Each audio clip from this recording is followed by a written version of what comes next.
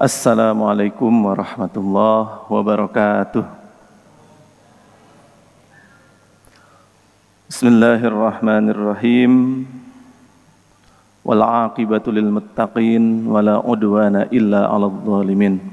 Asyhadu an la ilaha illallah wahdahu la syarikalah wa asyhadu anna sayyidana wa nabiyyana wa maulana Muhammad sallallahu alaihi wa alihi wasallam. Qala Allah Ta'ala fil Qur'anil Karim wa huwa asdaqul qailin ba'da a'udzu billahi minasy syaithanir rajim. Bismillahirrahmanirrahim. Ya ayyuhan nabiyyu inna arsalnaka syahidaw wa mubasysyiran wa nadhira. Al-ayah. Amma ba'du, yang saya muliakan, yang saya hormati Bapak dan Ibu seluruh jamaah ngaji tauhid yang mudah-mudahan selalu dalam kesehatan, selalu dalam keistiqomahan, dalam keridhaan Allah Subhanahu wa Ta'ala. Pertama-tama dan yang paling utama tentu kita panjatkan puji serta syukur kita kehadirat Allah Subhanahu wa Ta'ala, karena berkat curahan rahmatnya kita bisa berkumpul melanjutkan istiqomah ngaji tauhid di Masjid Suci Saliman ini. Salat beserta salam semoga selalu tercurahkan kepada baginda akhir zaman Nabi besar Muhammad sallallahu alaihi wasallam. Di malam yang indah ini kita akan membahas salah satu sosok afdalul makhluqat wa afdalul mawjudat.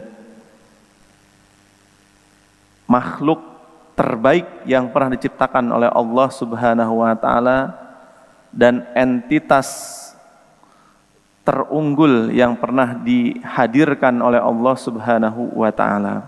Tak lain dan tak bukan yaitu Nabi besar Muhammad sallallahu alaihi wasallam. Kemarin kita sudah membahas tentang sifat-sifat Allah. Kita juga mengetahui bahwa Allah Subhanahu wa Ta'ala memiliki sifat-sifat. Dalam akidah Ahlussunnah wal Jamaah ada sifat wajib, sifat mustahil, dan sifat jaiz bagi Allah Subhanahu wa Ta'ala. Dan hari ini setelah kita mengetahui tentang sifat Allah Subhanahu wa Ta'ala, kita melanjutkan mengenal kekasih Allah Subhanahu wa Ta'ala, yaitu Nabi besar Muhammad sallallahu alaihi wasallam.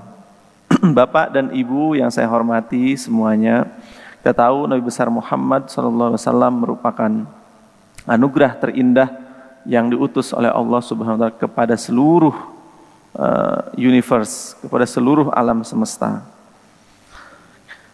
Sebelum panjang lebar kita membahas tentang keagungan, keindahan, khulqiyah maupun khalqiyah daripada Rasulullah SAW, kita buka ngaos kita, ngaji kita dengan membaca Ummul Kitab.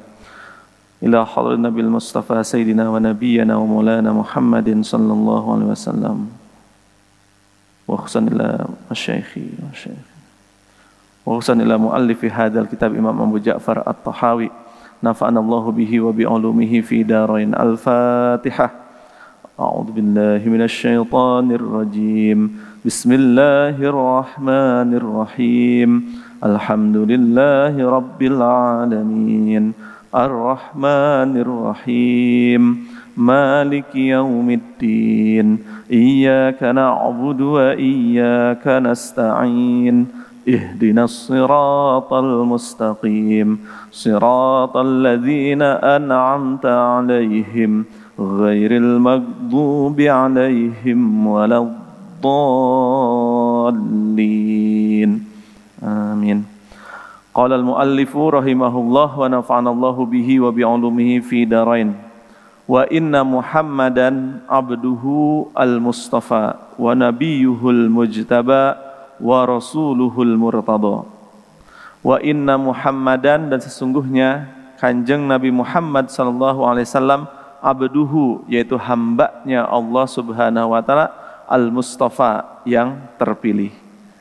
Wa nabiyyuhul mujtaba, dan nabinya Allah Subhanahu wa Ta'ala yang terpandang. Wa rasuluhul murtada, dan rasulnya Allah Subhanahu wa Ta'ala yang diridhoi. hari ini di malam yang indah ini kita akan membahas tentang Rasulullah sallallahu alaihi wasallam. Jadi adabnya Allah pun ketika mention atau menyebut nama baginda Nabi besar Muhammad itu selalu diikuti dengan gelarnya. Misalnya ketika ya ayyuhan nabi inna arsalnaka syahidan wa mubasysyiran wa nadhira. Jadi disebutkan tidak langsung dengan namanya, yaitu dengan ayyuhan nabi. Lalu ketika di ayat yang lain ketika menyebut nama Muhammad, Nabi besar Muhammad, Allah melanjutkan dengan gelarnya itu Rasulullah. Ini salah satu adab atau saking mencintainya Allah Subhanahu wa taala kepada Rasulullah sallallahu alaihi wasallam, disebut dengan gelarnya, disebut dengan kata-kata yang penuh keindahan. Jadi ketika kita sebagai umatnya Kanjeng Nabi Muhammad sallallahu alaihi wasallam itu tidak menyebut dengan kata-kata yang indah, hanya menyebut misalnya Muhammad saja tanpa diawali dengan Nabi Muhammad, Nabi besar Muhammad atau yang lainnya, itu sepertinya kurang sopan ya. Tidak sopan kepada afdalul makhluqat wa afdalul mawjudat, yang menjadi sabab terciptanya seluruh alam semesta.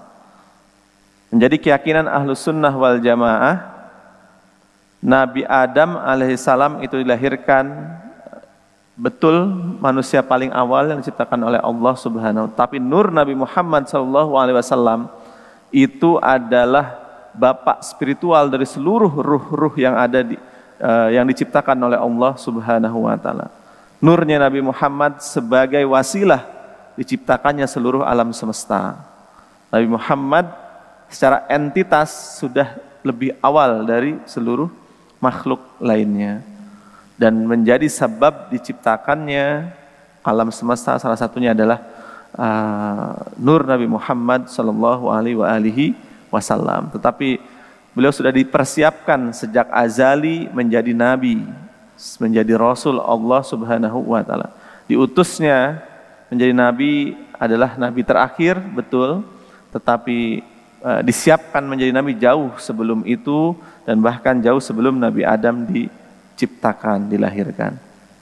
Ini menjadi keyakinan Ahlus Sunnah wal Jamaah. Makanya kita sebagai umatnya mendapat privilege, mendapat umat terbaik, mendapat dan sebab di utusnya Rasulullah SAW ini. Sebelum Rasulullah SAW diutus, ini ada namanya zaman fatrah, zaman kekosongan. Artinya ketika Nabi belum diutus, itu belum ada siksa atau adab sebelumnya. Wa ma kunna mu'adzibina hatta nab'atsa rasula. Jadi kami, kata Allah, tidak akan menyiksa sebelum kami mengutus seorang rasul. Jadi sebelum Nabi Muhammad SAW diutus, itu orang-orang yang hidup sebelum Nabi Muhammad, pasca umat Nabi Isa alaihissalam itu belum disiksa, yang iman kepada Allah Subhanahu wa taala.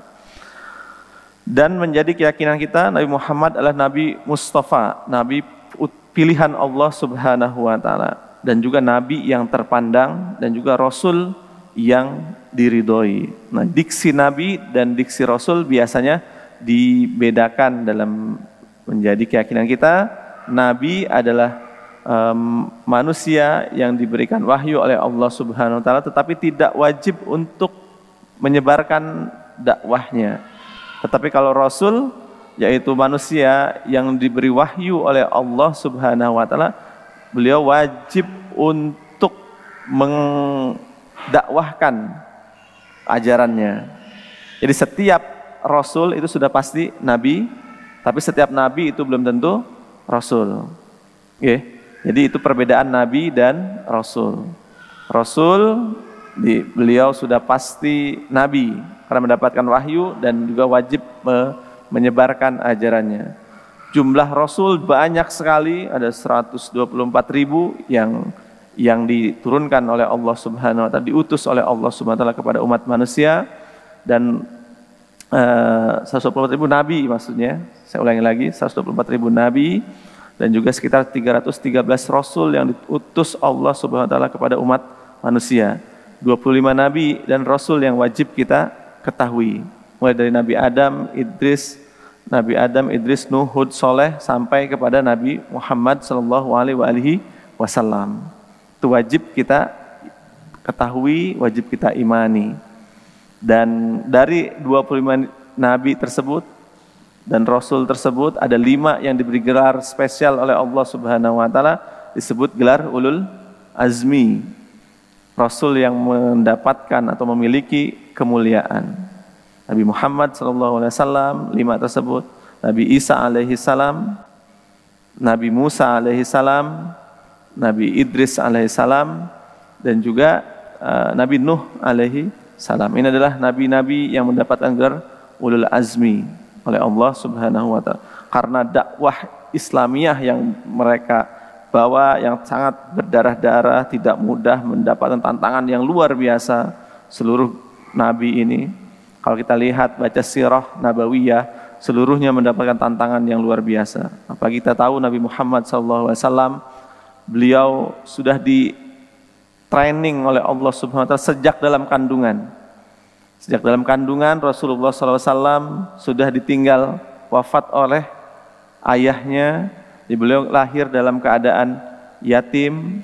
Lalu di usia belia, beliau harus kehilangan ibunya, yaitu ibu Aminah, harus kehilangan sosok yang paling penting dalam proses parenting atau pengasuhan, yaitu seorang ibu. Bisa dibayangkan masih usia sangat belia sudah kehilangan 2 sosok yang paling penting dalam mempengaruhi pertumbuhan manusia. Lalu beliau dilanjutkan pengasuhan kepada kakeknya, yaitu kakeknya bernama Abu Talib, Abdul Muthalib.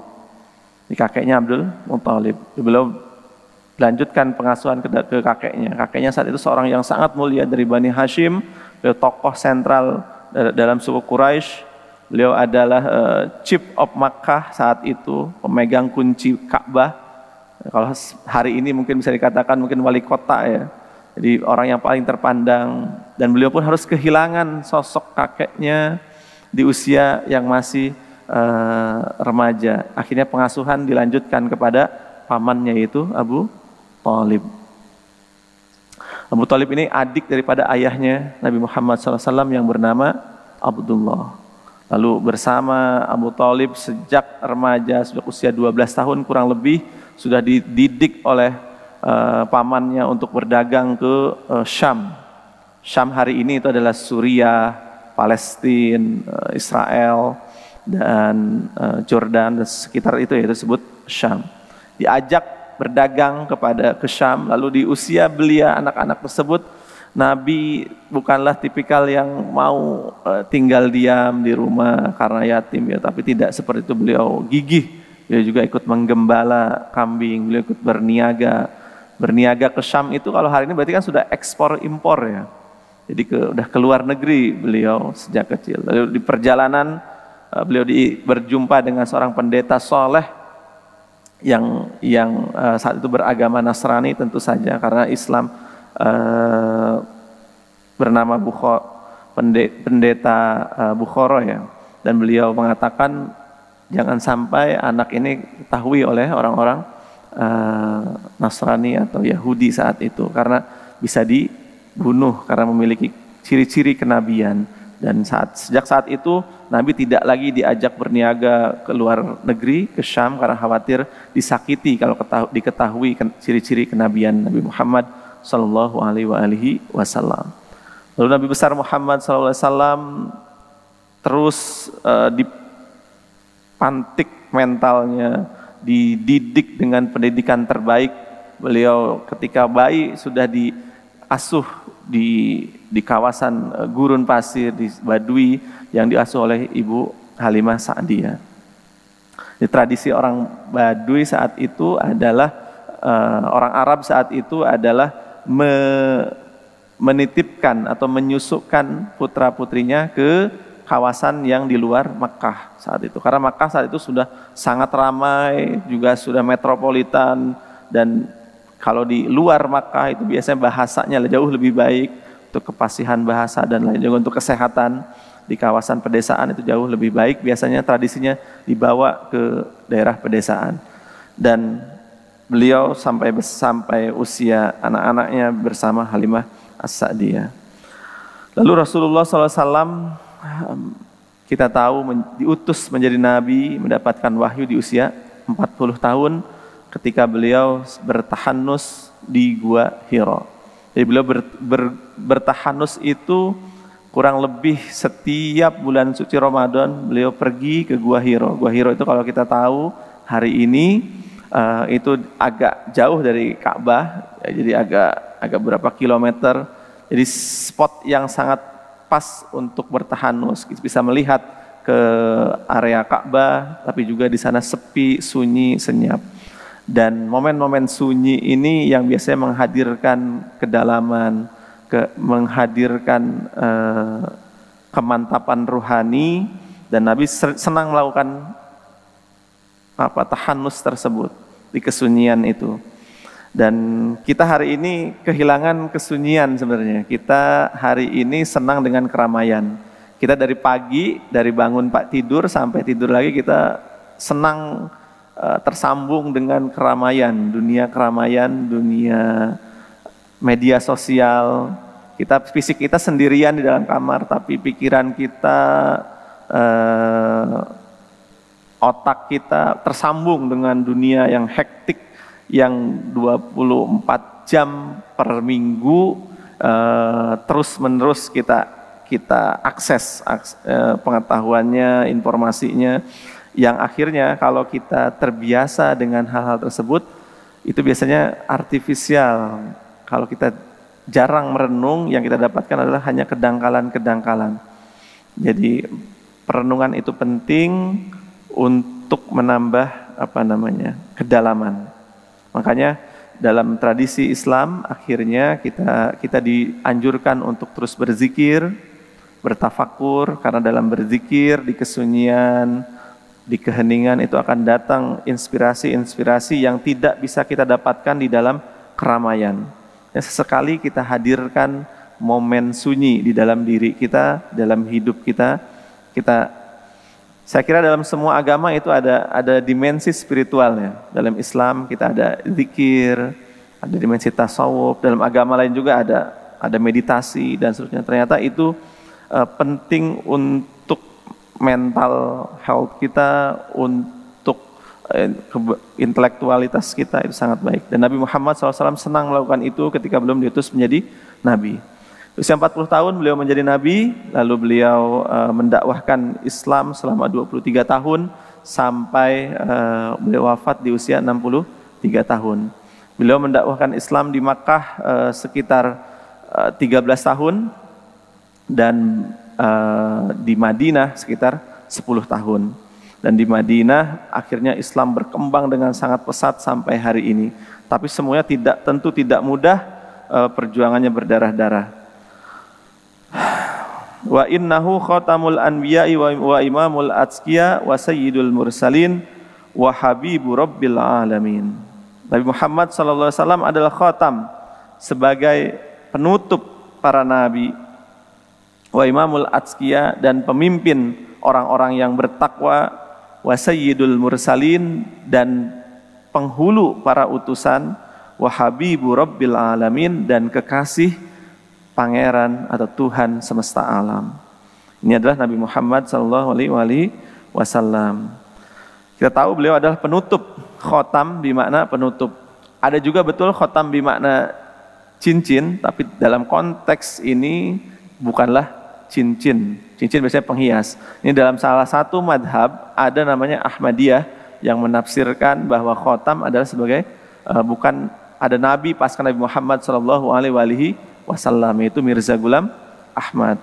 Kita umat Islam meyakini Nabi Muhammad SAW adalah penutup para nabi. Tidak ada nabi pasca Nabi Muhammad SAW. Seluruh klaim kenabian pasca Nabi Muhammad SAW itu pasti bohong, pasti dusta, pasti tidak benar. Dan juga beliau pemimpin orang-orang yang bertakwa. Seluruh orang-orang yang bertakwa, pemimpinnya adalah Nabi Muhammad sallallahu alaihi wasallam. Dan juga beliau Sayyidul Mursalin, penghulu para rasul, para utusan. Betul Nabi Muhammad diutus paling terakhir, tetapi berkah wasilah Nabi Muhammad sallallahu alaihi wasallam diciptakannya seluruh manusia, seluruh makhluk, bahkan alam semesta ini diciptakan oleh Allah Subhanahu wa taala berkah wasilah Nabi Muhammad sallallahu alaihi wasallam. Makanya diberi julukan Sayyidul Mursalin. Ini menjadi keyakinan Ahlus Sunnah wal Jamaah. Makanya ketika kita mendengar salawat atas Nabi Muhammad sallallahu alaihi wasallam, kita senang hati kita. Ketika kita mendengarkan lantunan salawat, itu hati kita senang rasanya, tenang rasanya, sejuk rasanya. Itu kenapa? Karena memang Rasulullah SAW itu adalah bapak ruhani daripada ruh-ruh kita. Kita tahu diri kita itu terdiri dari dua elemen penting, yaitu jasad, badan, yang daging, tulang ini adalah jasmani kita. Dan juga ada ruhani, itu ruh di dalam diri kita. Dua-duanya memiliki asupan, perlu asupan, membutuhkan makanan. Kalau kata Imam Abu Hamid Al-Ghazali dalam Ihya Ulumuddin, beliau mengatakan fisik kita, badan kita itu perlu makanan yang namanya, kalau orang Indonesia ya nasi, sego pecel, gudeg dan lain-lain. Lalu juga hati kita itu juga perlu asupan gizi, yaitu dengan berzikir kepada Allah Subhanahu wa taala. Ala bidzikrillahi tatmainnul qulub. Lalu juga pikiran kita juga perlu asupan gizi. Perlu belajar, perlu asupan intelektual biar bekerja, biar tetap hidup. Bayangkan kalau fisik kita tidak pernah makan, badan kita tidak pernah makan. Kalau sehari mungkin masih bisa kuat. Seminggu tidak pernah makan, lemas. Sebulan tidak pernah makan, tidak makan apapun bisa meninggal. Begitu juga dengan hati. Kalau hati kita tidak pernah diisi dengan asupan spiritual, tidak pernah diajak berzikir, tidak pernah membaca lantunan ayat-ayat suci Al-Quran, tidak pernah diajak ke masjid, ke majelis ilmu, sehari, sebulan, setahun, bisa dibayangkan, dia juga lama-kelamaan akan sakit, kan bisa mati. Kalau hati sudah mati, tidak ada obatnya, susah dinasihati, tidak bisa, diajari udah nggak mempan, resisten yang ada sudah, dan penyakit hati itu sangat berbahaya, progresif sifatnya. Kalau sudah terkena sedikit penyakit hati, dia progresif, terus merambat kemana-mana. Makanya selagi hati kita senang dengan majelis ilmu, bapak dan ibu semuanya masih senang datang ke majelis ilmu, datang ke masjid masih senang, terus Pak, terus difasilitasi keinginan itu, karena tidak semua orang memiliki privilege seperti kita, bapak dan ibu semuanya. Ada orang yang duduk di masjid itu kalau 30 menit udah nggak karu-karuan rasanya, udah goyang kiri kanan, sudah 1 jam apalagi. Tapi duduk di tempat hiburan 4 jam, 1 hari 1 malam itu bisa duduk betah. Hati-hati kalau sudah seperti itu. Itu artinya secara ruhani dia seperti menolak ruhnya untuk diajak kebaikan. Tapi kalau kita senang dengan datang ke rumah Allah, ke masjid, senang ke majelis ilmu, menikmati asupan rohani, terus kita fasilitasi, kita kembangkan, kita dorong, jangan di stop, karena itu sudah di tren yang baik, di jalan yang benar, terus kita dorong, kita perbaiki. Walaupun awalnya agak malas-malas, tapi masih mau, itu kita syukuri, kita dorong terus menerus, jangan di stop. Itu namanya hidayah dan taufik dari Allah Subhanahu wa ta'ala. Itu hadiah dari Allah Subhanahu wa ta'ala. Perlu kita syukuri. Perlu kita syukuri. Tidak semua orang mendapatkan itu. Kembali lagi, Sayyidul Mursalin, Nabi Muhammad adalah penghulu tuan para utusan Allah Subhanahu wa taala. Wa habibu rabbil alamin, dan Nabi Muhammad adalah kekasih Tuhan semesta alam, kekasih Allah Subhanahu wa taala. Banyak sekali hal yang diberikan kepada Nabi Muhammad SAW tidak diberikan ke nabi yang lain. Nabi Muhammad diberikan privilege untuk Isra wal Mi'raj. Nabi Muhammad bisa naik ke langit ketujuh, bahkan bisa naik ke Sidratul Muntaha, ke tempat terjauh yang bisa diakses oleh manusia, oleh makhluk bahkan, bukan hanya manusia. Bahkan seorang malaikat Jibril, Sayyidul Malaikah, penghulunya malaikat, tidak diberi akses untuk masuk ke Sidratul Muntaha. Dan Nabi Muhammad SAW diberikan akses untuk bisa masuk ke dalam Sidratul Muntaha. Dan di sana menjadi keyakinan Ahlussunnah wal Jamaah tidak bertemu Allah Subhanahu wa taala. Allah tidak di Sidratul Muntaha. Sidratul Muntaha adalah tempat. Kalau secara bahasa sidroh artinya shelter.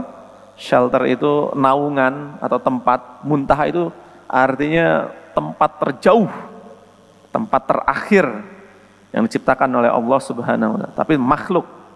Dan Allah Subhanahu wa taala kembali lagi tidak membutuhkan makhluk. Allah tidak membutuhkan Sidratul Muntaha. Allah tidak membutuhkan arash. Allah tidak membutuhkan langit. Dan Rasulullah SAW mendapatkan akses ke Sidratul Muntaha. Nabi-nabi yang lain tidak. Itu adalah bukti bahwa beliau adalah kekasih Allah Subhanahu wa ta'ala. Makanya kita sebagai umatnya yang sepatutnya seyogianya sangat mencintai Rasulullah SAW. Dengan apa? Minimal kita sebut namanya 100 kali sehari dengan membaca sholawat. Yang terpendek, apa yang jenengan sukai? Allahumma sholli ala Muhammad, Allahumma sholli ala Sayyidina Muhammad. Kalau saya senang menggunakan Sayyidina sebelum nama Kanjeng Nabi Muhammad SAW. Ada yang mengatakan ini bid'ah, tidak apa-apa, tapi sebagai penghormatan kita sebagai umatnya kepada afdul makhlukat wa afdul mawjudat Habibu Rabbil Alamin, tidak ada salahnya untuk menyebut nama indah baginda besar Nabi Muhammad SAW dengan ucapan terbaik. Wong kita ke teman kita saja atau ke atasan kita langsung nyebut nama, kita sungkan tidak? Ke bos kita langsung sebut nama. Ke presiden, kita bertemu Pak Presiden langsung nyebut nama, kira-kira pantas atau tidak? Betul Nabi Muhammad SAW tidak membutuhkan penghormatan, betul. Seluruhnya Nabi tidak membutuhkan penghormatan dari makhluk. Nabi sudah dihormati oleh Allah Subhanahu wa taala dan sudah terhormat, tetapi sebagai adab kita sebagai umatnya untuk menyebut dengan ucapan terbaik, terindah, terhormat, itu tidak ada salahnya. Bahkan adab, kalau kita tidak menyebut dengan kata-kata yang indah, itu kurang sopan, tidak sopan. Su'ul adab dalam bahasa Arab. Jadi kita minimal 100 kali setelah sholat Allahumma sholli ala Muhammad. Kalau 100 kali kebanyakan, minimal setiap kita sholat ya 7 kali, 33 kali dulu. Kalau enggak bisa 21 kali. Tidak bisa 9 kali, 7 kali. Minimal kita sebut nama beliau. Dan mudah-mudahan kita bisa mendapatkan syafaat dari Rasulullah SAW. Nanti kita akan bahas satu-satunya nabi yang bisa memberikan syafaatul uzma kepada seluruh umat, seluruh makhluk, seluruh manusia, yaitu Nabi besar Muhammad SAW. Bisa memberikan syafaat. Dan kita seyogianya memantaskan diri untuk patut dan layak mendapatkan syafaat dari Rasulullah SAW. Tidak pernah dekat, tidak pernah menyapa, tidak pernah berhubungan, kenal pun tidak, tiba-tiba minta tolong, kira-kira pantas atau tidak? Kira-kira tentu tidak pantas, tapi minimal kita biasa menyapa, mengirimi salam, memberikan hadiah sesekali. Terus waktu-waktu kita butuh, itu pantas untuk minta tolong. Dan kita juga pada Rasulullah SAW sebut namanya. Sebut namanya dalam lisan kita. Bohong mencintai Rasulullah SAW tapi tidak pernah menyebut namanya. Bohong mengatakan cinta tapi tidak pernah menyapa.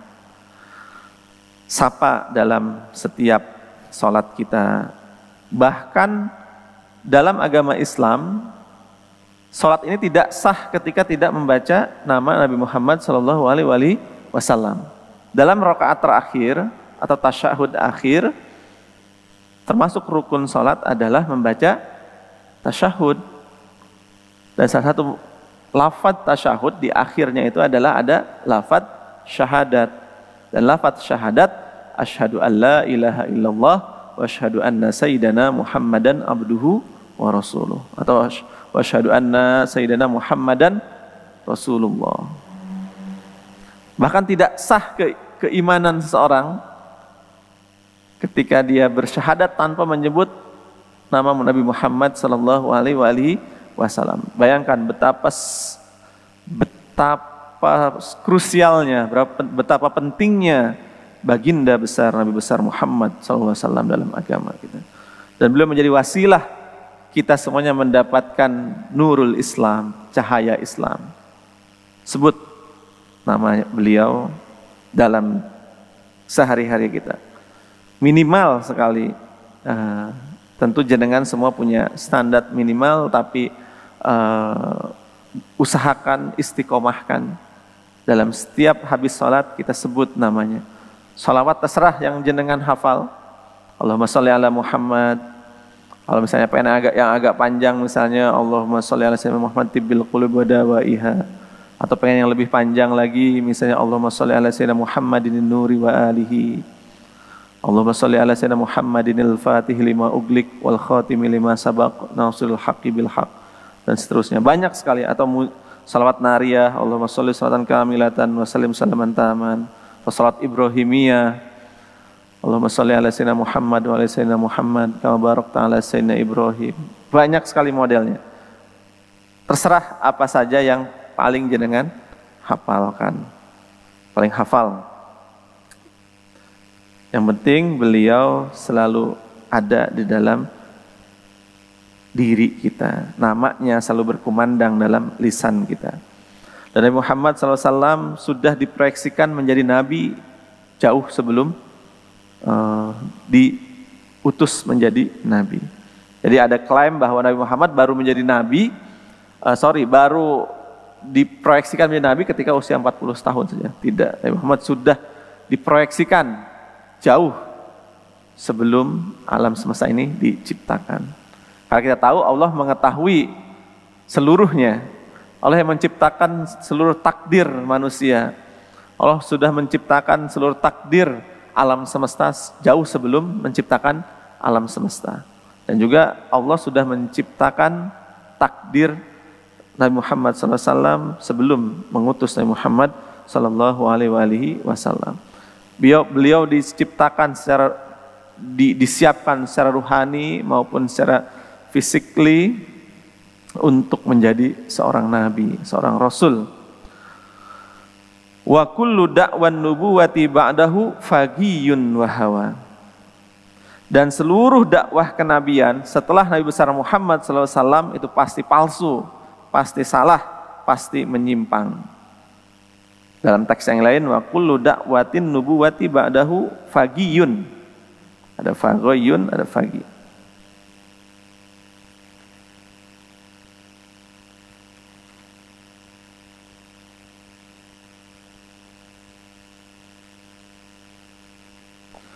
Fagoyun wa hawa.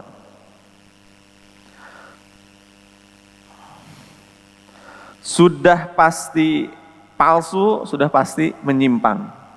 Maka na Muhammadun aba ahadim mir rijalikum walakin Rasulullah wa khataman nabiyyin wa kana Allahu bikulli syai'in alim. Ini adalah dalil bahwa Nabi Muhammad SAW khatamun nabiyyin, penutup para nabi. Kalau yang mengatakan khotam bermakna cincin, bermakna keindahan, dia berarti tidak paham grammar bahasa Arab, tidak paham nahwu, tidak paham gramatikal bahasa Arab. Dan juga di dalam hadis manzilah sanadul sahih, anta Ali, bahwa Nabi Muhammad SAW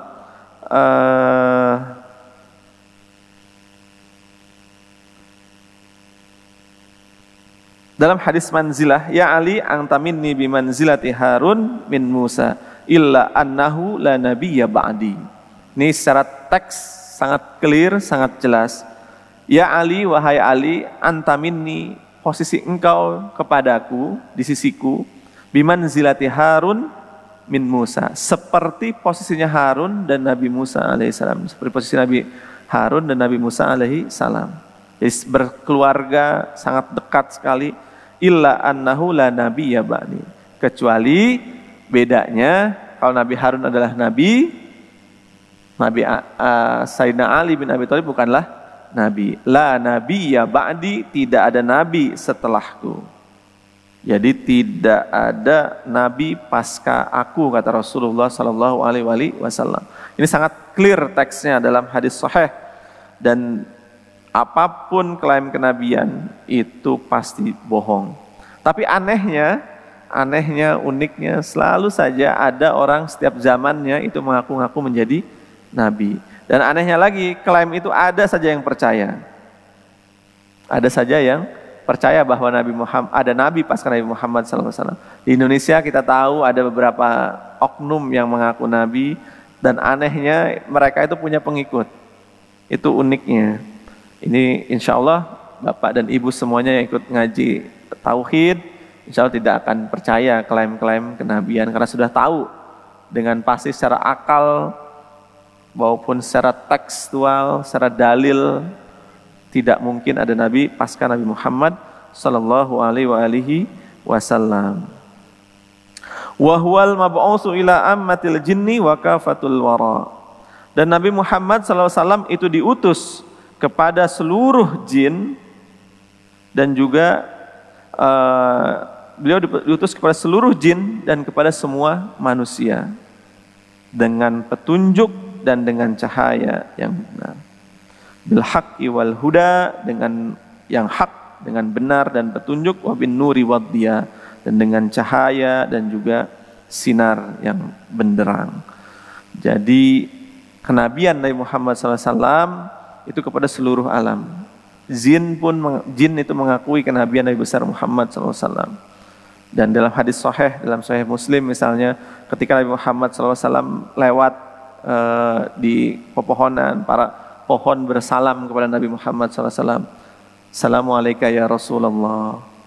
Nabi Muhammad lewat disalami oleh para makhluk-makhluk selain manusia. Mereka mengetahui kenabian Nabi besar Muhammad Sallallahu Alaihi Wasallam. Dan menjadi keyakinan umat Islam, Rasulullah SAW betul secara jasmani beliau sudah wafat di usia ke-63 tahun dan dimakamkan di Madinah Al-Munawwarah di Masjid An-Nabawi, tetapi ruh Nabi Muhammad SAW tidak mati. Ruh Nabi Muhammad SAW tidak mati. Begitu juga ruh kita ini pasca kita mati dia tetap ada. Yang nanti akan disiksa dalam kubur itu kan ruh kita dan jasad kita. Tapi jasad kita mati, ruh kita tetap ada. Dan menjadi keyakinan kita, ruh Nabi besar Muhammad Sallallahu Alaihi Wasallam itu bisa. Dan ketika dibacakan sholawat, disebut namanya, beliau dekat dengan kita. Makanya majlis-majlis sholawat kalau ada kita hadiri, kita bacakan sholawat, kita anjungkan, kita dendangkan pujian-pujian kepada baginda besar Nabi Muhammad Sallallahu Alaihi Wasallam. Karena Allah pun bersalawat kepada Nabi Muhammad Sallallahu Alaihi Wasallam. Inna Allah wa malaikatahu yusalluna 'alan nabi. Jadi para malaikat pun bersalawat kepada Nabi, kita pun harus bersalawat kepada Kanjeng Nabi Muhammad Sallallahu Alaihi Wasallam. Mudah-mudahan pengajian kita, ngaos kita, ngaji kita, kajian ini menjadi wasilah kita untuk lebih dekat kepada Rasulullah Sallallahu Alaihi Wasallam, lebih mencintai baginda agung Nabi besar Muhammad sallallahu alaihi wasallam, dan ada nama beliau di dalam lantunan napas kita. Akhirul kalam, wa sallallahu alaihi wasallam Muhammad wa alaihi wasallam Muhammad. Wallahul muwaffiq ila aqwamit thoriq. Wassalamualaikum warahmatullahi wabarakatuh.